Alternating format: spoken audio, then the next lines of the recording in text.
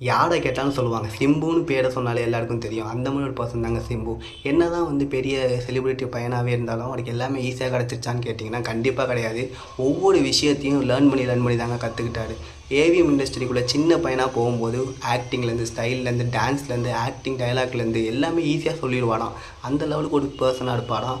அவருக்கு annual day காம்படிஷன்லாம் வைப்பாங்களாம். அதில் வந்து எல்லாமே பேடாக இருப்பாங்களாம். இவர் மட்டும் தனியாக டான்ஸ் பண்ணுவானா, ஆனால் சூப்பராக டான்ஸ் பண்ணுவாராம். அந்த மாதிரி ஒரு பர்சன் தாங்க சிம்பு. இவர் வந்து பெரிய ஹிட்டான படத்தெல்லாம் கொடுத்துருக்காரு. கோவில், மன்மதன், வல்லவன் அப்படின்னு படம்லாம் கொடுத்துருந்தாலுமே இவர் லைஃப்பில் ஏகப்பட்ட விமர்சனம் இருந்திருக்குங்க.